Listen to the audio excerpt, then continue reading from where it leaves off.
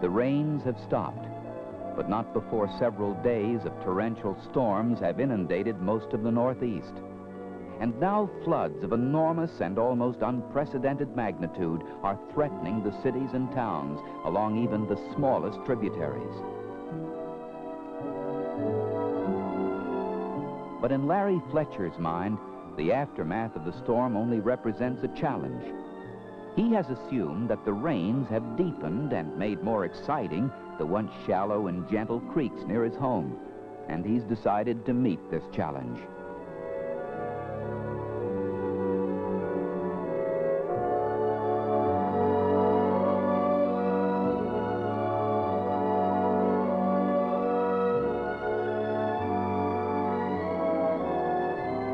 Larry soon discovers, however, that he has been wrong. The familiar creeks he has explored since he was very young have risen only slightly over their normal level.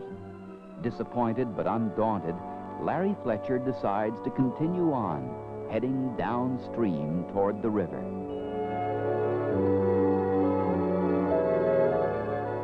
Very shortly, however, Larry's only thoughts will be of his own survival.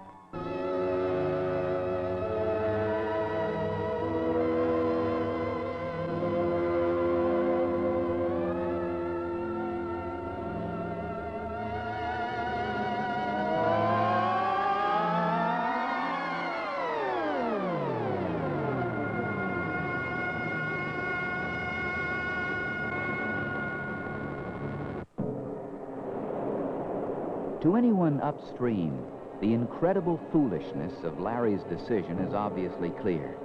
The river, once slow-moving and placid, has been transformed into a raging, uncontrollable torrent.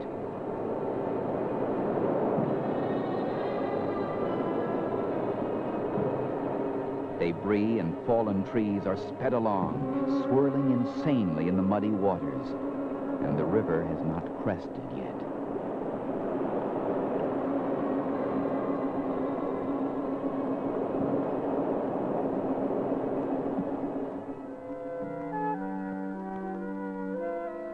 The severity of the storm and the flooding it has caused are not unknown to Larry.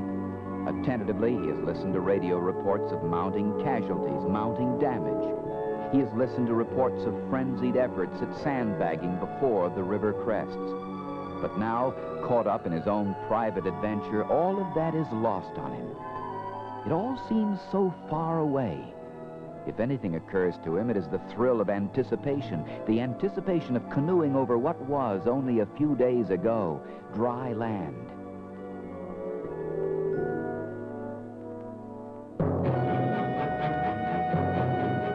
Upstream, work continues as the pressures mount. Some people are evacuated. Streets are flooded. Businesses are forced to close. The water, escaped from its boundaries, is everywhere, polluting everything it touches. And the normal routine of day-to-day living is brought to an abrupt halt.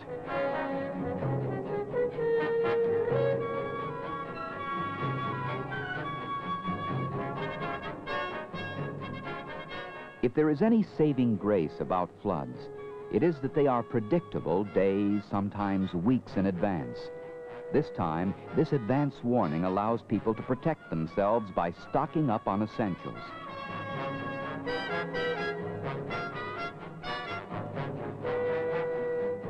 In cities, industry uses the time it has to move valuable perishables to safety so that the effects of the flood will be less disruptive to commerce.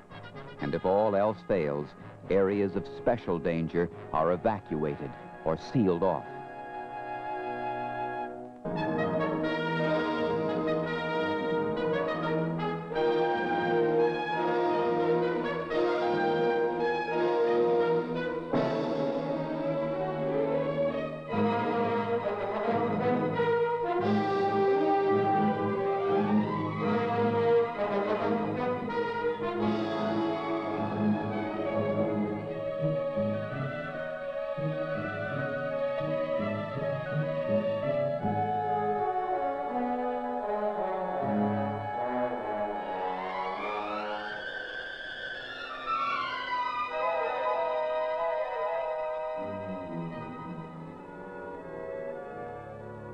The water that slips past Larry Fletcher's canoe is surprisingly quiet.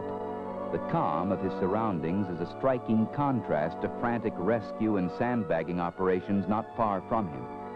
Somewhere in the back of his mind, he may have stored the warnings he has heard.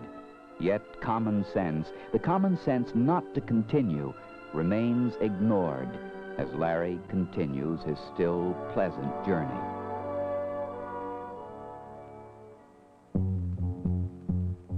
The area covered by the floodwaters continues to spread.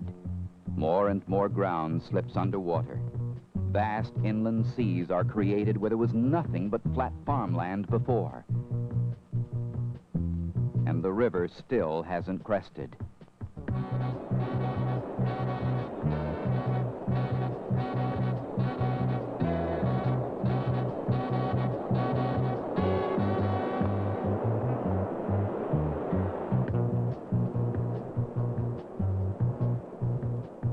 For Larry Fletcher, the reality of his precarious situation should be obvious to him, but it isn't.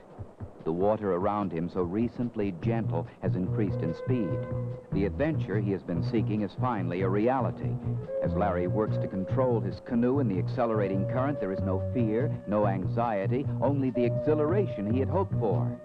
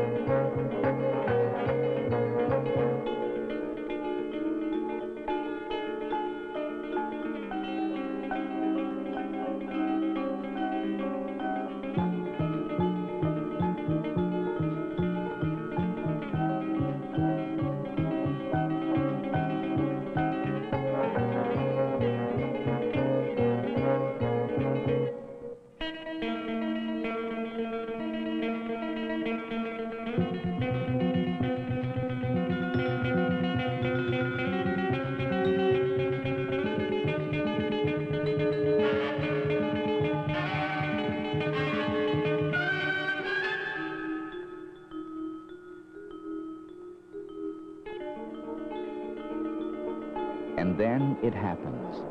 Sometimes all the effort, the preparations, the man-made fortresses against the flood work, and lives and property are saved. Sadly, in this case, they are swept aside like so many toys before the irresistible pressures of the river's crest. A pent-up wall of water surges downstream. And Larry Fletcher's fantasy adventure in the midst of a growing tragedy is over. Caught up in the torrent of water created by the burst dam, his canoe has been swamped, leaving him at the mercy of the swollen river. He fights with all his strength for his life and prays for rescue.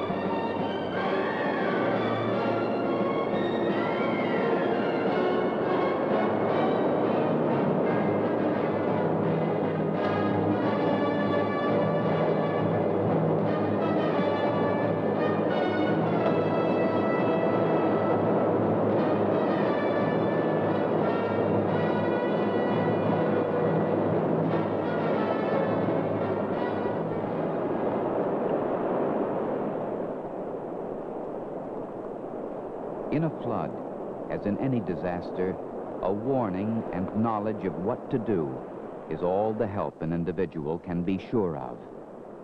Don't count on luck.